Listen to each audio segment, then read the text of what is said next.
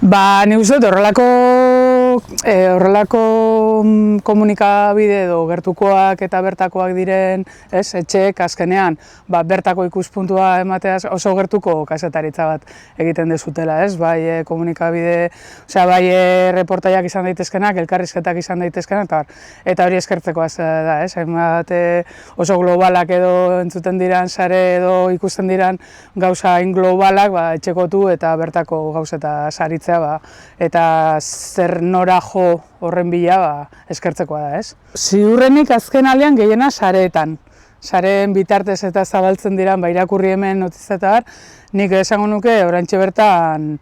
hori dela gehien erabiltzen dudan bidea, bai noski paperean hasitakoa eta adin bat daukagunok orain ez gera modernoz joango eta baina nik uste dute paperean hasi izana, liburutegietan eskura ukitzen genituenak edo horrelako horikan, egun segurazki gehiago saren bitartez mugitzen diran, bolo-bolo aritzen diran artikuluak eta horrelakoetan. Egunean jartzen gaituela bertako eragileekin, azkenean gauza txikiak direnean, hain handiak